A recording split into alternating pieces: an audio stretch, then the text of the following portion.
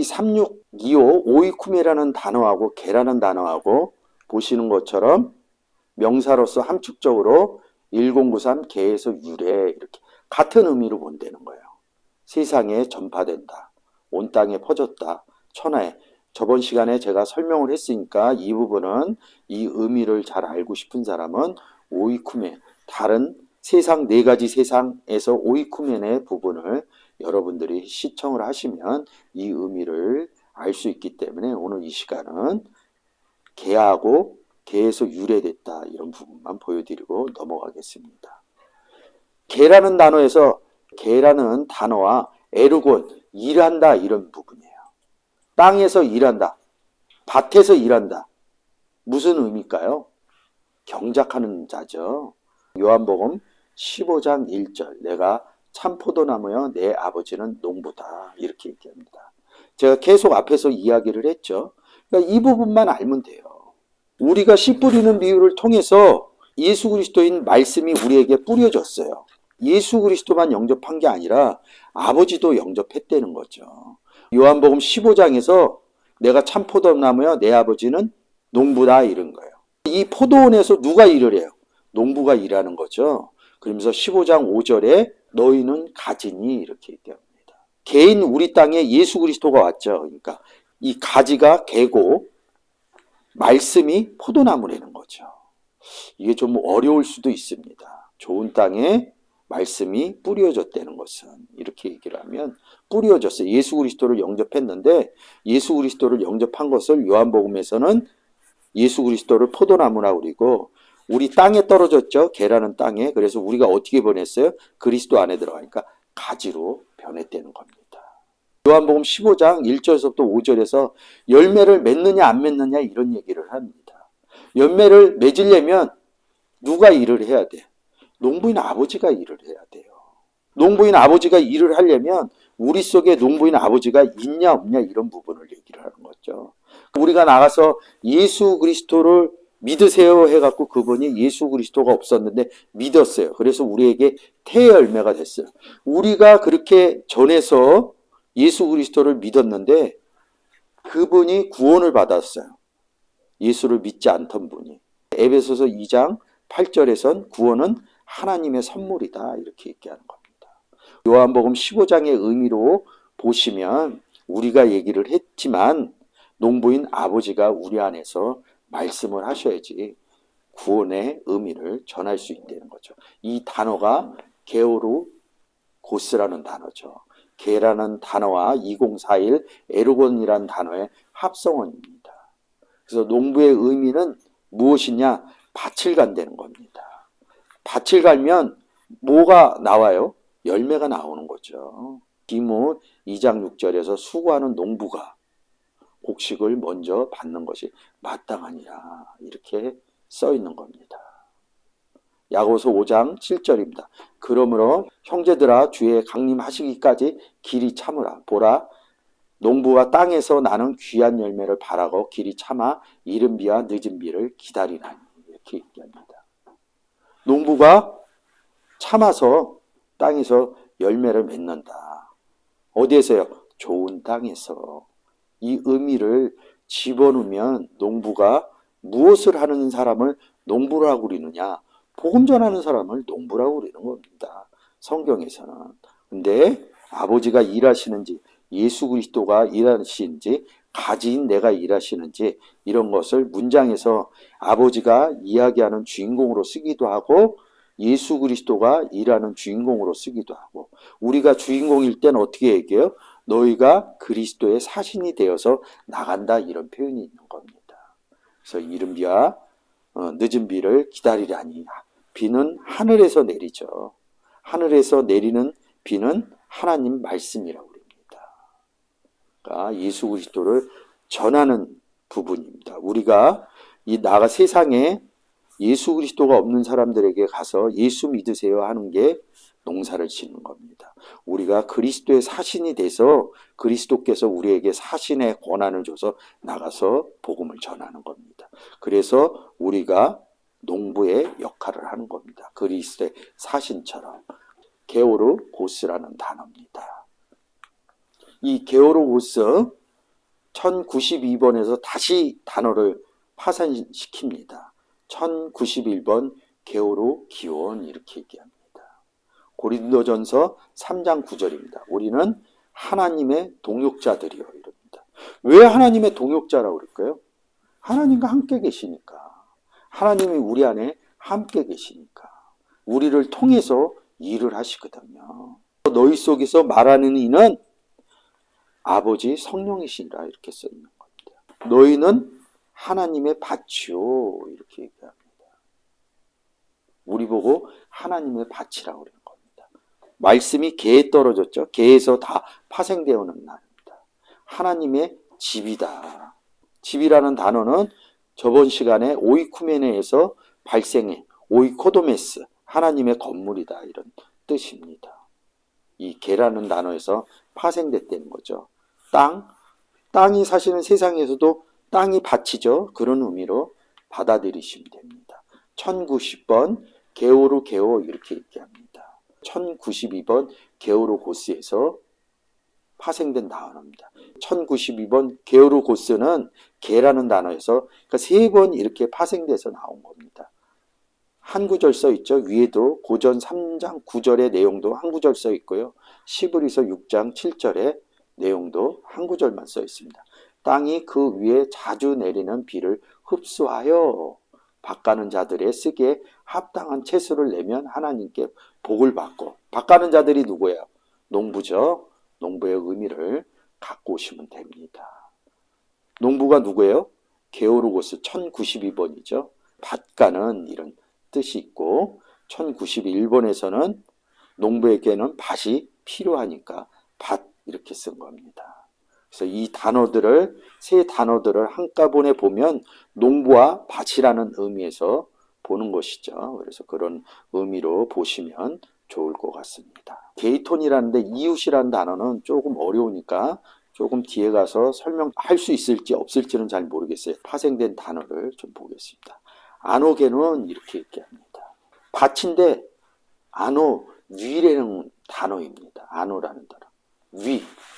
위가 우리가 어디일까요? 하늘이죠. 그래서 예수 그리스도가 하늘에서 났다 이렇게 얘기를 합니다. 두 구절이 써 있어요. 아노게논이. 그러니까 하늘 위에 밭이라는 거죠. 그러니까 하늘 위에 있는 밭이다 이런 뜻입니다.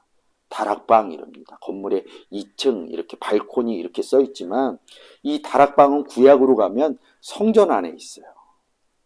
하늘 성전이죠. 예수 그리스도가 십자가에 고난 당하기 전에 다락방에서 모이죠.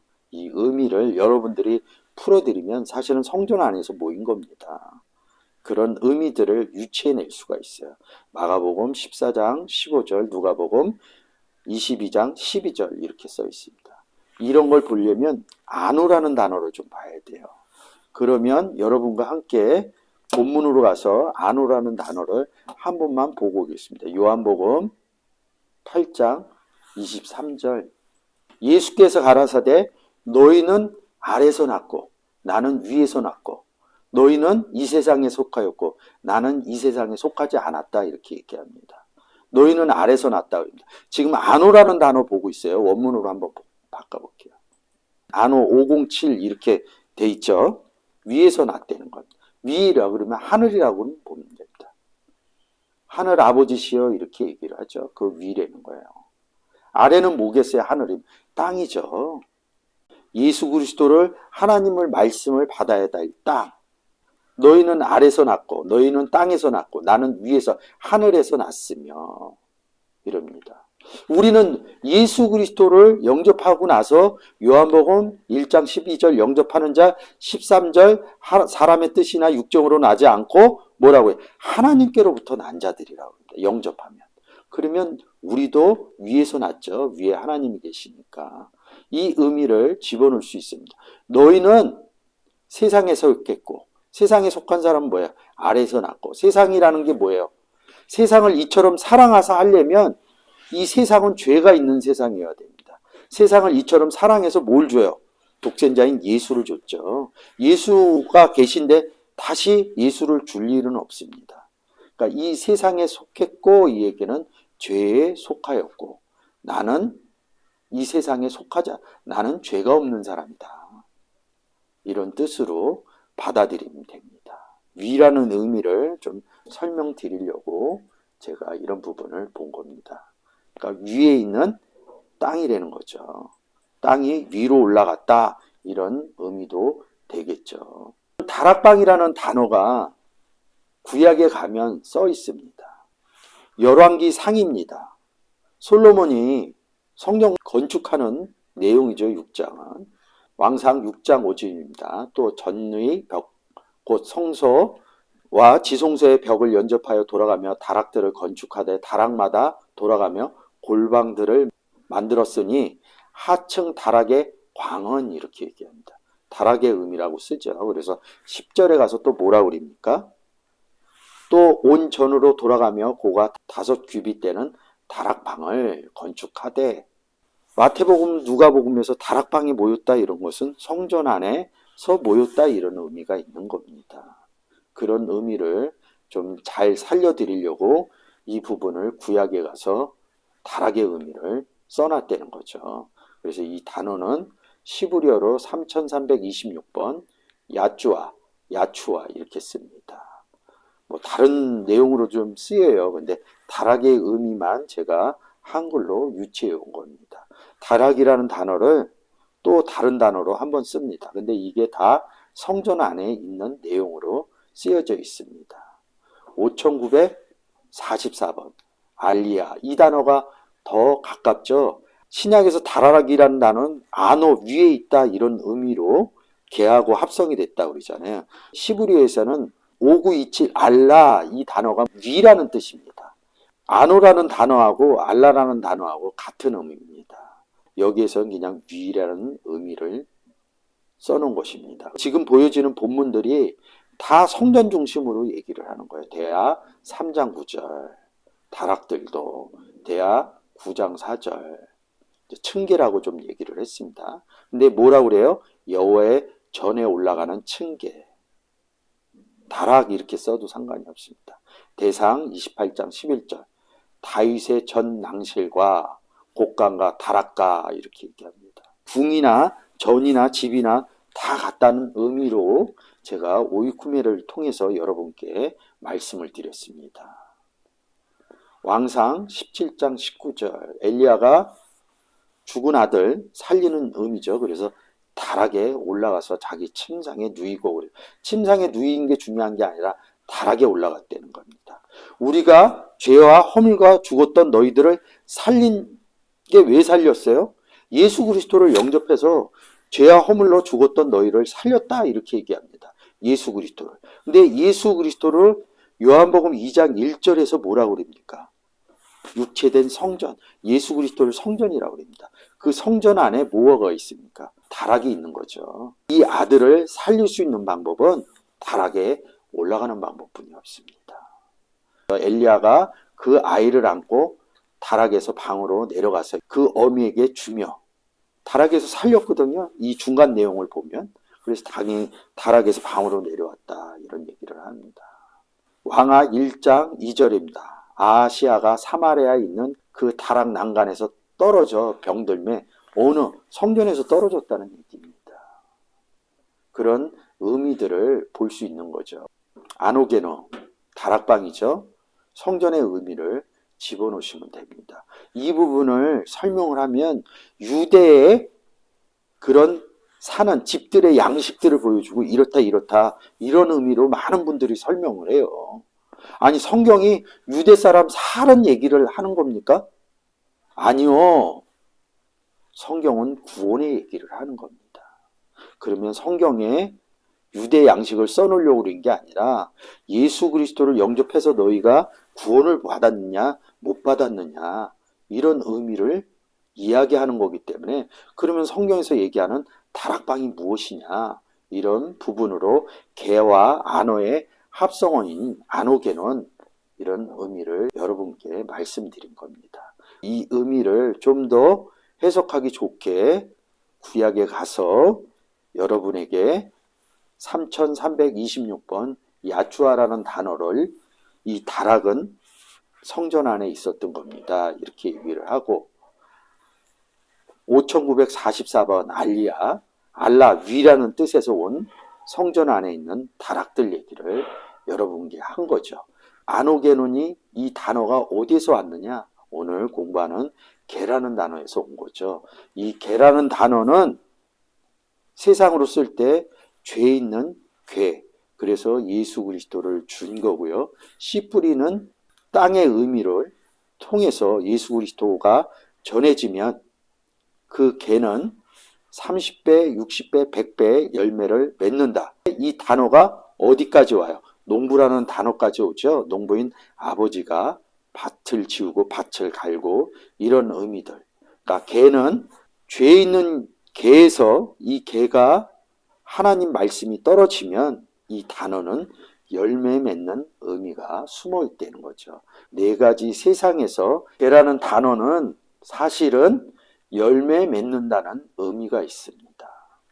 성경의 네 가지 세상에서 개라는 의미는 열매를 30배, 60배, 100배 맺을 수 있는 개냐 아니냐 이런 부분을 대표적으로 얘기해 주는 단어라고 여러분께 말씀드릴 수 있습니다. 이 네 가지 세상을 통해서 성경의 내용들을 깨달아지는 하나님 은혜가 여러분께 있었으면 좋겠습니다. 감사합니다.